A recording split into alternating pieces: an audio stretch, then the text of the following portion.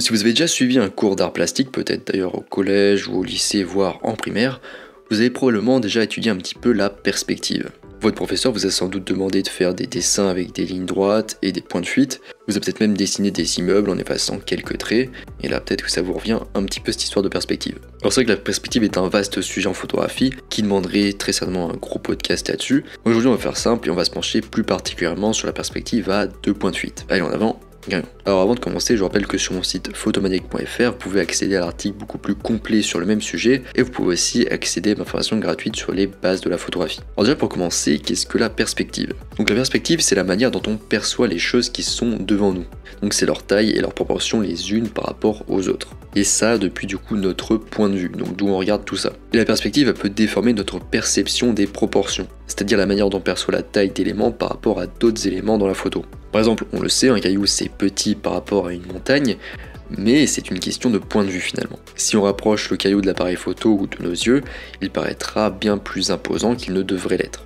Maintenant, perspective et point de vue. Donc comme je vous le disais, la perspective dépend du point de vue et donc de la position de l'appareil photo par rapport à la scène devant vous. Donc le point de vue, c'est la combinaison de la distance des éléments par rapport du coup à votre appareil photo, de l'angle axial de l'appareil photo, donc c'est-à-dire que si on traçait un cercle autour du sujet et qu'on se déplaçait autour, et bien ça déterminerait cet angle axial. C'est une combinaison aussi du coup de l'angle vertical de l'appareil photo, donc est-ce qu'on va plutôt le pencher vers l'avant, donc prendre en plongée, ou plutôt le pencher en arrière et prendre en contre-plongée. C'est une combinaison aussi de l'angle horizontal de l'appareil photo, donc de quelle manière on va le tourner sur lui-même, plutôt à droite, plutôt à gauche. Et enfin c'est une combinaison aussi de la hauteur de l'appareil photo, donc plus ou moins haut par rapport à l'élément qu'on prend en photo. Donc finalement, pour résumer le point de vue, c'est une combinaison de comment on dispose l'appareil photo, comment on le met au niveau de la hauteur et comment on le met au niveau de la distance. Alors maintenant, qu'est-ce qu'une perspective à point de fuite? Lorsqu'on parle de perspective, le terme point de fuite revient souvent. Alors point de fuite, c'est un endroit sur une photo où plusieurs lignes vont converger. Et ces lignes, elles peuvent même converger jusqu'à disparaître en un point. Donc là en principe, je montre une photo de route et on voit du coup que, mais vous pouvez du coup facilement imaginer une route droite sur laquelle vous serez. Vous verrez du coup qu'il y a plein de lignes qui convergent vers un point de fuite à l'horizon. Et donc toutes les lignes convergent en ce point et semblent disparaître. Vous entendrez aussi souvent que les points de fuite apportent de la profondeur, ce qui est vrai. Le cerveau humain va interpréter que les éléments dans la photo sont de plus en plus loin car ils sont de plus en plus petits, ce qui donne visuellement une sensation de profondeur. D'ailleurs pas obligé que les lignes soient forcément droites, juste parallèles et qu'elles se rétrécissent. Et d'ailleurs pas la peine que les lignes soient parfaitement droites, il faut juste qu'elles soient à peu près parallèles et qu'elles convergent. Ça peut aussi du coup fonctionner avec des lignes courbes, comme un chemin par exemple dans la montagne. Vous aurez d'ailleurs aussi peut-être remarqué qu'avec ces lignes directrices, le point de fuite il attire aussi beaucoup l'attention sur lui-même. Et pour finir, le nombre de points de fuite donne le nom de la perspective. Ainsi la perspective à 2 points de fuite utilise 2 points de fuite. Et d'ailleurs il existe aussi une perspective à 3 points de fuite, et du coup il existe aussi la perspective la plus classique, la perspective à 1 point de fuite comme on vient d'en parler. Alors maintenant qu'est-ce que la perspective à 2 points de fuite? Donc la perspective à 2 points de fuite signifie qu'il y a 2 points de fuite dans le cadre. Donc ici, les lignes ont plutôt tendance à ramener l'attention non pas au point où convergent les lignes, comme avec un seul point de fuite, mais plutôt là où elles divergent vers le sujet central. Et je trouve ça d'autant plus vrai lorsqu'on ne voit pas directement les 2 points de fuite. Donc sinon, je vous montre une photo où on voit 2 points de fuite, mais là ça va être un petit peu compliqué. Et du coup, pour décrire un petit peu, on a un bâtiment au milieu de la photo, et on a une rue qui part sur la droite et une sur la gauche, et du coup ça nous fait 2 points de fuite. Et les lignes directrices qui sortent de ces points de fuite ont tendance à ramener le regard vers le bâtiment central. De manière plus schématique, vous pouvez aussi imaginer un cube que vous feriez pivoter de façon à ce que l'un de ces angles vous fasse face. Donc vous le regardez depuis un des angles, vous ne le mettez pas face à vous, mais angle à vous. Et bien en fait c'est la vue qu'offre la perspective à 2 points de fuite de manière classique, avec 2 ensembles de lignes parallèles allant dans des directions différentes. Donc la perspective à 2 points, elle donne vraiment à vos photos un aspect assez unique. Elle met l'accent sur le centre de la photo, tout en donnant une impression de profondeur dans la scène, et de relief du sujet grâce à l'utilisation de lignes directrices et de l'effet de perspective créé. Alors maintenant, quand utiliser la perspective à 2 points?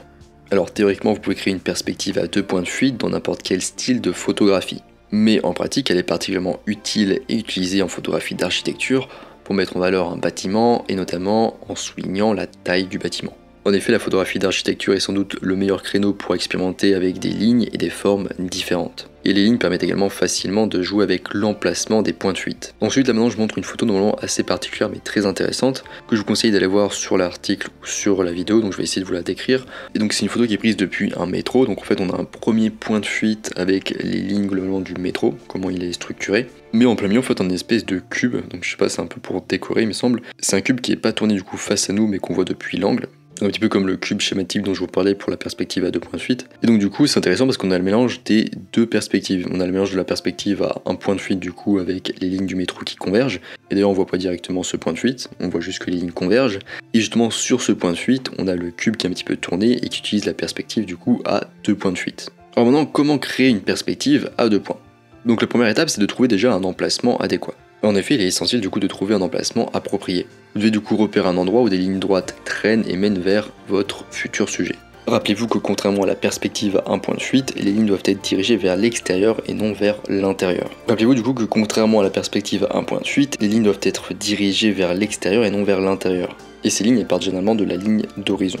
Donc bref, pour votre premier essai, finalement le plus simple c'est de choisir simplement un bâtiment rectangulaire comme sujet. Ensuite la deuxième étape c'est de trouver l'endroit exact d'où vous allez prendre la photo. Vous devez vous placer à un endroit où votre sujet se trouve au centre de votre photo et où les lignes mènent vers lui. Si vous photographiez de l'architecture, donc un bâtiment, si vous photographiez de l'architecture, le plus simple c'est de vous placer depuis l'un des coins du bâtiment. Maintenant la troisième étape c'est de composer et de déclencher. Bon, on l'a déjà vu juste avant, je vous conseille de centrer la composition. Et c'est vrai que là vous pourriez me dire, c'est un petit peu bizarre de vouloir faire ça parce que c'est plutôt une manière un petit peu de débutant de composer, de tout centrer, et que les photos centrées et symétriques sont souvent ennuyeuses. Et je vous dirais que c'est vrai, et qu'on préfère en effet souvent les compositions équilibrées de manière asymétrique, comme on pourrait le faire par exemple avec la spirale dorée ou la règle des tiers encore. Mais ici c'est quand même un petit peu différent. Parce que dans ce cas, il est généralement bénéfique pour votre photo de placer votre sujet au centre, et ça pour deux raisons.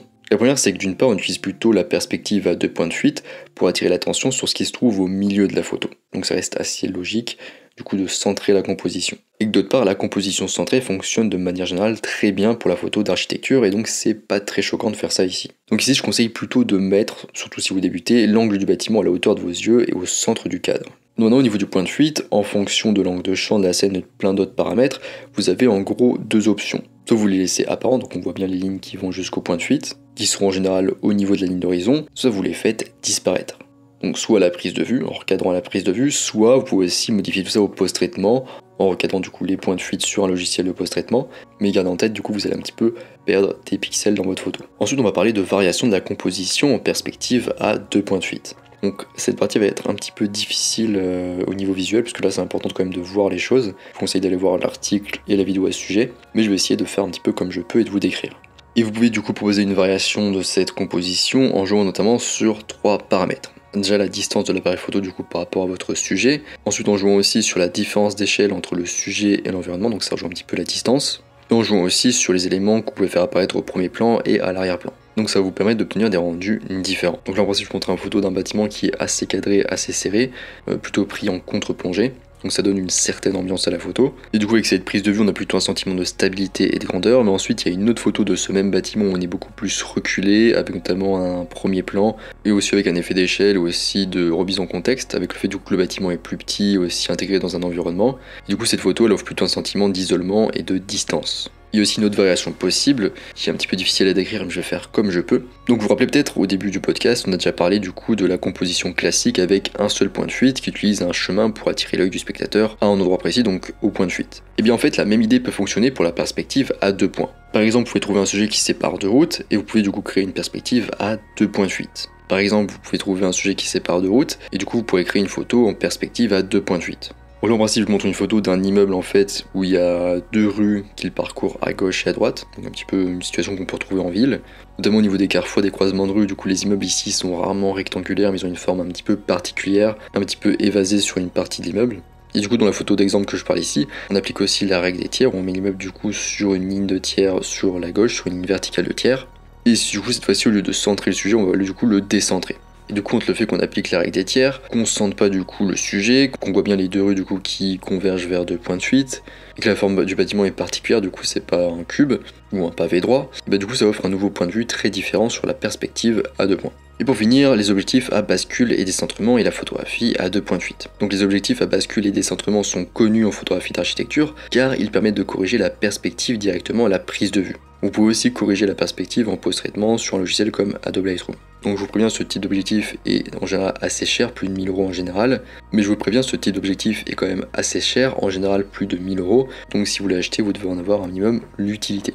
Et en fait, un objectif à bascule, il permet de modifier la position de l'objectif par rapport au capteur. Il permet de le décaler et d'incliner, donc comme son nom l'indique. Ce qui permet du coup de corriger la déformation de la perspective, ce qui permet du coup de corriger la déformation due à la perspective, et qui permet du coup de reproduire les formes avec plus de précision. Et ça, les photographes d'architecture apprécient beaucoup en général. Et d'ailleurs, petite remarque, ce type d'objectif vous permet aussi de faire un effet de maquette sur vos photos directement à la prise de vue. Ça, c'est un sujet dont j'ai déjà parlé et que je vous invite à aller voir en podcast ou en article ou en vidéo si ça vous intéresse. Alors, on arrive à la fin de ce podcast sur la perspective à 2 points de fuite, j'espère que ça vous a plu. Je trouvais ce sujet vraiment intéressant dans le sens où en général on a tous en tête la perspective à un point de fuite. Je trouvais ce sujet vraiment intéressant dans le sens où en général on a tous en tête une photo de perspective à un point de fuite comme une route par exemple, mais on a beaucoup moins en tête une photo avec une perspective à 2 points de fuite et encore moins avec 3 points de fuite. Alors, je vous rappelle que sur mon site photomaniac.fr, vous pouvez accéder à l'article beaucoup plus complet sur le même sujet et vous pouvez aussi accéder à ma formation gratuite sur les bases de la photographie. Donc, si ça vous intéresse, n'hésitez pas à aller faire un tour sur mon site. Moi, je vous laisse ici, à vous 2 points de fuite et je vous dis à bientôt sur les internets mondiaux.